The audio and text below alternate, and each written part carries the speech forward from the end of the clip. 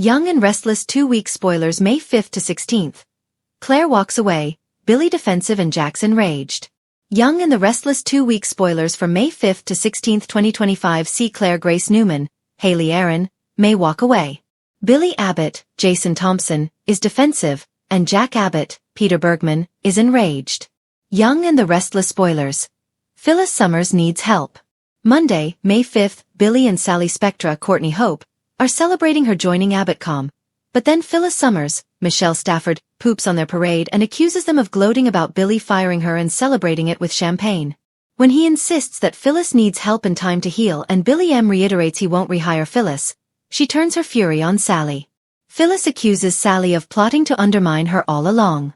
She warns Sally that Billy betrays people that he claims to care about. Phyllis says he has done it to her more than once and he'll do it to Sally too. And the thing is, she's probably not wrong. That's a pretty accurate summation of Billy. But also, Phyllis is making threats and mostly against Billy, but Sally's obviously on her radar. And then she takes off to go stew and plot at the coffee shop. Young and Restless 2-week spoilers. Audra Charles updates Nate Hastings. Nate Hastings, Sean Dominic, tells Audra Charles, Zuleika Silver, that Amy Lewis, Valerie Pettiford's treatment is doing well, and Audra updates Nate on plans for her new company. That's what she was working on while he was away. Nate again tells her he thinks Victor Newman, Eric Braden's deal is fishy, and he's even more doubtful because the mustache hasn't given Audra any funding for the new company. Of course, she distracts Nate with questions about Damian Kane, Jermaine Rivers, to get things off the subject of her shady deal with Victor. Nate admits they got closer as brothers while they were both there to support Amy. And then Audra notices several missed calls from Victor. Damian tells Lily Winters, Crystal Khalil, his mom Amy is responding really well to her cancer treatment. Y&R spoilers. Claire Newman worries about Cole Howard. And Damian also says he feels kind of bad about how he started out in Genoa City, and he understands why Devin Hamilton, Brighton James, and Lily doubted his intentions, and he also tells her that he and Nate are getting closer. Lily and Damian talk about losing their dads. She tells him about Neil Winters, Christophe St. John, and then she presses him to get her an in-person meeting with Duma. But Damian is not optimistic it will happen. Later in the week, he brings her some terms and conditions and follow-up questions from his boss, but the door seems to be open.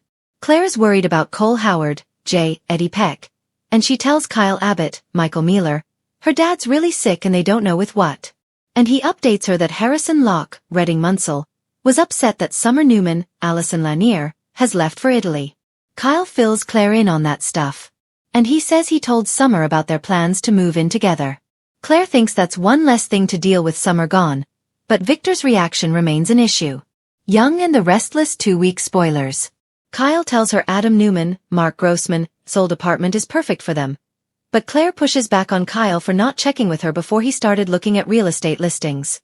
And Claire finally relents and agrees that she will talk to Adam about getting a viewing of his apartment. And Kyle wonders if they can get Adam on board to sell to them if it might make Victor less aggressive. I don't know how real estate would improve Victor's attitude, but optimism. Young and the Restless spoilers. Tuesday, May 6th. Mariah's Secret, Victoria's Worries, and Abbott Family Drama. Tuesday, May 6th. Mariah, Cameron Grimes' increasingly strange behavior worries Tessa Porter, Kate Fairbanks. She senses that Mariah is hiding something. And she is. I think her wife may have cheated on Tessa. Victoria Newman, Amelia Heinley, vents to Nick Newman, Joshua Morrow. She's very worried about Cole being sick. She's also very worried about Victor sabotaging Claire's happiness and possibly driving her away from the family because he won't let up on Kyle. Diane Jenkins, Susan Walters, tells Jack that Billy was very critical about the mansion makeover and her husband doesn't like that. Y&R spoilers. Wednesday, May 7th. Lily's shocking deal. Jack confronts Billy. Victor tests Chelsea. Then on Wednesday, May 7th, Lily's business deal shocks everyone. So Damian has come back to her with some terms and conditions, and it looks like Lily may agree to them, and you know she is going to go all out to get this face-to-face meeting with Dumas no matter what it takes, but Devin won't like it. Nate won't like it.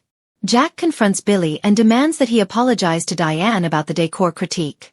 I personally hope Billy tells Jack, I love you but kick rocks. Your wife asked my opinion and I gave her my opinion. He wasn't mean about it. He was factual. Billy's entitled to his opinion. You know, that's the family home on Young and the Restless. Victor puts Chelsea Lawson, Melissa Claire Egan, to the test and also through the ringer.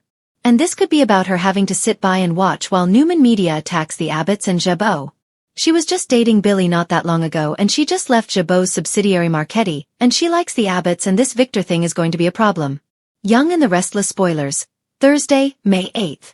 Holden's warning, Devon's dilemma, and Victor targets Abbott. Thursday, May 8th. Holden Novak, Nathan Owens, warns Damien. Maybe it's about Lily.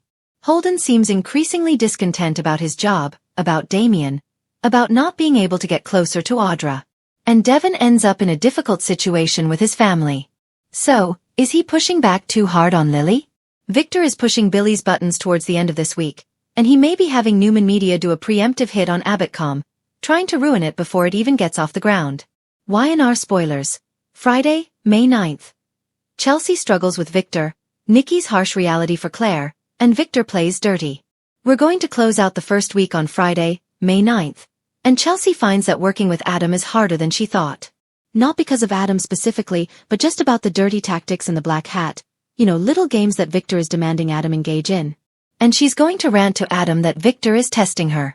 Chelsea may regret leaving Marchetti to work at a Newman company. And now summer has gone, so there's no takebacks on this.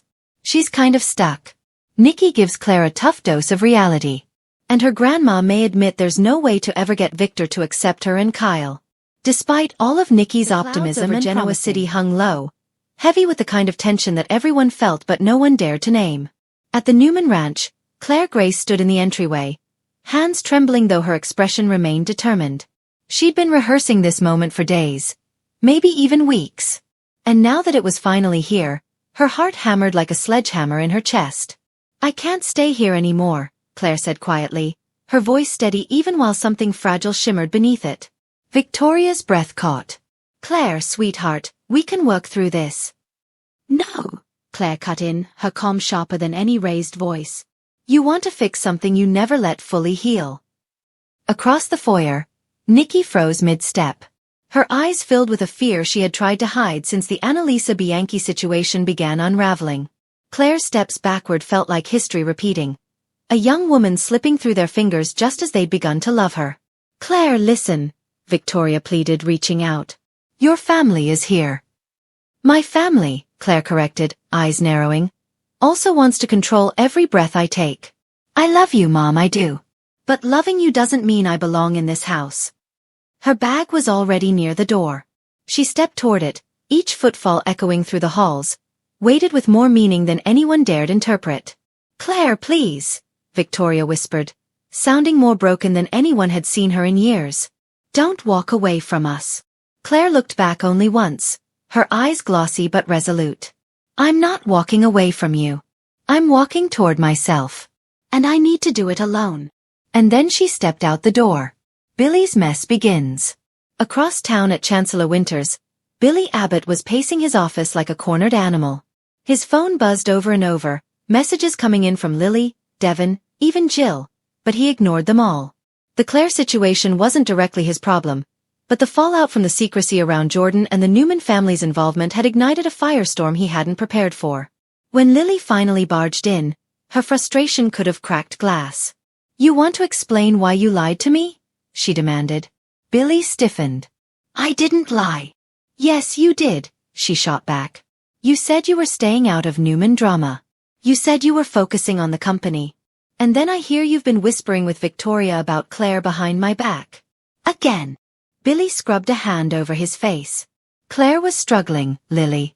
She needed help. Victoria needed someone she could talk to." "Someone," Lily barked. "Or you." Billy's shoulders tightened. "Don't twist it. I was helping." "That's what I do." "Helping," Lily repeated, her voice raw with disbelief. "Or inserting yourself into Victoria's life again?" Billy's eyes flashed, defensive and sharp. "I won't apologize for caring about people who are going through hell. Claire's been through enough. If I can help, I will." "You always say that," Lily snapped. "But it's never just about helping. It's about you needing to feel like the hero." His jaw clenched. "Lily, you don't get it." "No," she interrupted. I get it too well. And that's the problem. Billy's defensiveness flared like a match tossed on gasoline. You're acting like I'm the villain here. I'm acting, Lily said softly, like a woman who's tired of fighting for space in your life. Especially when Victoria still takes up half of it. Billy's hands curled into fists at his sides.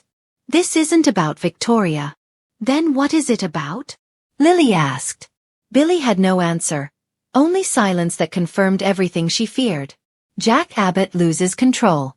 Back at Jabot, Jack was a storm in a suit. Rage simmered beneath every clipped word, fueled by a perfect mix of betrayal, exhaustion, and sheer Abbott pride. The latest discovery, that Tucker had been manipulating Audra again and possibly positioning himself to strike at Jabot, had sent him careening toward fury. Ashley stood in his doorway as he hurled a file across the room. That's mature, she said dryly. Jack spun. I'm done playing nice. Tucker keeps pushing, and everyone expects me to stay calm? Not happening. Ashley stepped inside, folding her arms. Jack, we need strategy, not destruction.